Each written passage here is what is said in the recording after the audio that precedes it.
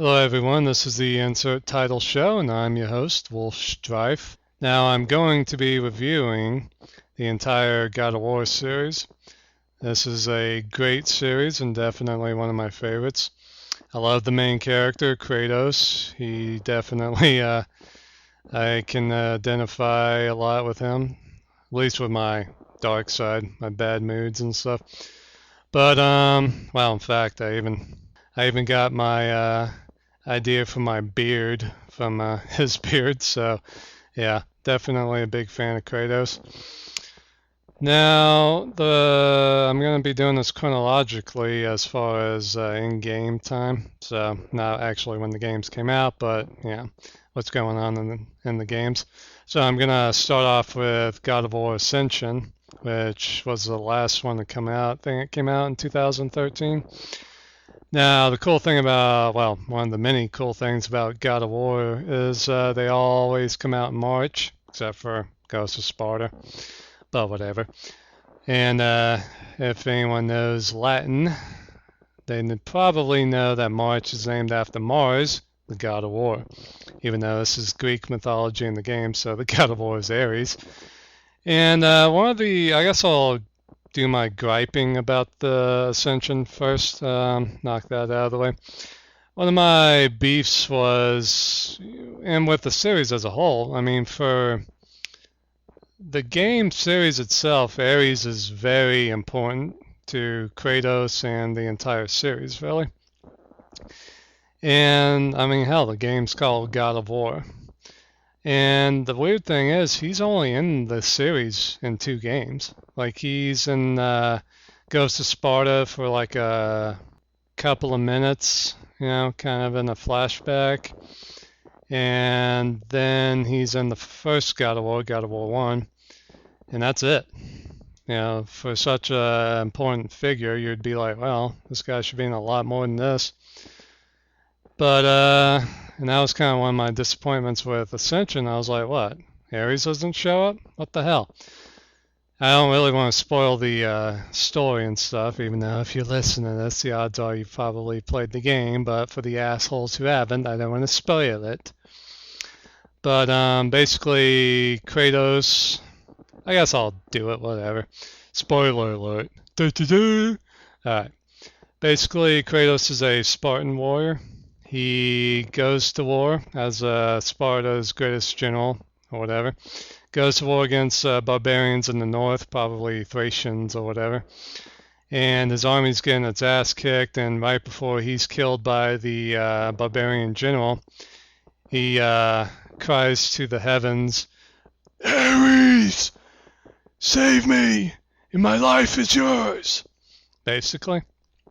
And Ares kind of always liked Kratos because Kratos is pretty tough, pretty rough, pretty brutal. So he comes down, saves Kratos, kills all the barbarians, but he kind of basically makes Kratos his minion. So he wraps these chains around Kratos' arms, and the chains are connected to the blades of chaos or whatever, which are like super hot. So they basically just burn right through anything. That's why they're like red hot and shit. And in fact, the chains are hot too. They're actually burned into Kratos' flesh.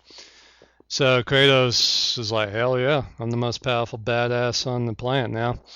So he goes around waging wars and stuff, and he just gets bloodlust and just goes kind of nuts. And he attacks this one village. He goes into, I think it was a temple or whatever, and he kills a woman and her daughter. And as soon as he does that, he hears them scream, and all of a sudden, whoosh, his bloodlust is gone, and he realizes that he just killed his wife and daughter. So it all becomes clear right then and there that Ares actually told him to attack this village because he wanted Kratos to kill his wife and daughter so that he would have no connections to the mortal world. So that basically he could always be Ares' puppet on Earth. And that's when Kratos realizes the monster that he's become. He takes his wife and daughter to the pyre to burn them, because Greeks were in the cremation. And there the temple chick, priestess, I guess, whatever you want to call her, puts a curse on Kratos. And she takes the ashes of Kratos' wife and daughter and actually burns it into Kratos' flesh. So that's why he's white everywhere except for his red tattoo, which I would like to get one of these years. Just because it's so awesome. And it would definitely speak volumes about me, I think. Just my kind of temperament sometimes that I have to control. Okay, I'm putting a little too much of myself into this. All right, back to work. So, yeah, so that's why he's white. And it's actually when he gets his nickname, the Ghost of Sparta. That's his wife and daughter's ashes burned into his skin. So I was expecting to go through all this with Ascension. Like, I was thinking this would be the big hoo-ha with that. But in fact, Ascension starts off like months after that. Basically, Kratos is imprisoned by the Furies, who are basically, they're not, I guess they're, I don't know if they're goddesses, but basically they keep, if you make a promise, they make sure you keep it, and if you break it, they punish the shit out of you. So Kratos, when he decided to go to war against Ares, well, he just broke his deal, his pact that he made with Ares on that battlefield all those years ago. So basically the game is Kratos going to war against the Furies. So he has to fight them, kill them and stuff. So I was like, okay. I would have liked more story though. And the gameplay itself is very awesome, very brutal. This is one of the most brutal games I've ever played. I mean, you're doing shit in this game to monsters and stuff that I'm like, oh my god. Yeah, just very, very gory and stuff. And the action's, as good as it ever was in the series, I mean. But I think I would have liked a little more story in this one, but yeah, I mean, it's a God of War game. People aren't usually playing it for the story, but I would have liked a little bit more of one. I think the biggest mistake that the game makers made on Ascension was that they devoted a lot of time and energy into making a multiplayer aspect to the game, which has never been a part of the other God of War games. So for them to just do this now seemed kind of weird to me. I think they just wasted a lot of time and resources. And I think if they had devoted that energy and time to the single player campaign, I think it would have been a much better game. But it's a good one. It's, the ending's pretty good, and but I just would have liked it to have started earlier.